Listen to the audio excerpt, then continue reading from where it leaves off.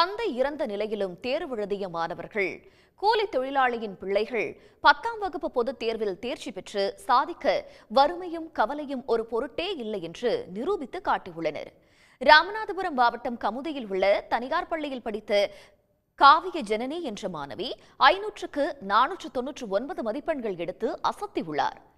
தந்தை கூலி வேலையும் தாய் மளிகை கடையில் வேலை செய்து வரும் நிலையில் சாதிக்க வறுமை ஒரு பொருட்டே இல்லை என்று நிரூபித்திருக்கிறார் காவிய ஜனனி.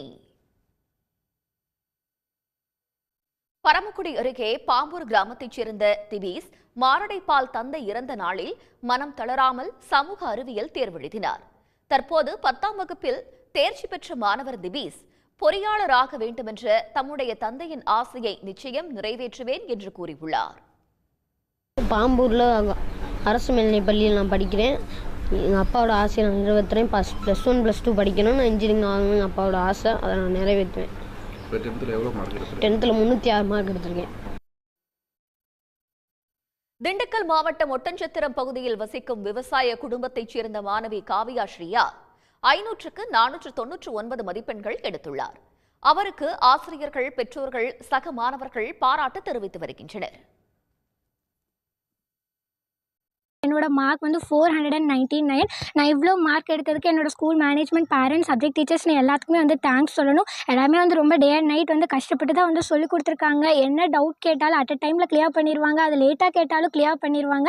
எல்லாத்துக்கும் ரொம்ப தேங்க்ஸ். என்னோட கரஸ்பாண்டன்ட், எம்டி எப்பயுமே ரொம்பவே என்கரேஜ் பண்ணியிருக்காங்க. ரொம்ப தேங்க்ஸ். என்னோட எய்ம் கலெக்டர் ஆகணும். கண்டிப்பாக அதுக்கு படிச்சுனாவே.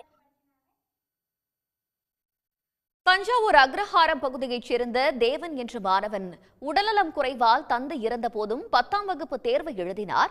அவர் தற்போது தேர்ச்சி பெற்றதை குடும்பத்தினர் இனிப்பு வழங்கி கொண்டாடினர்.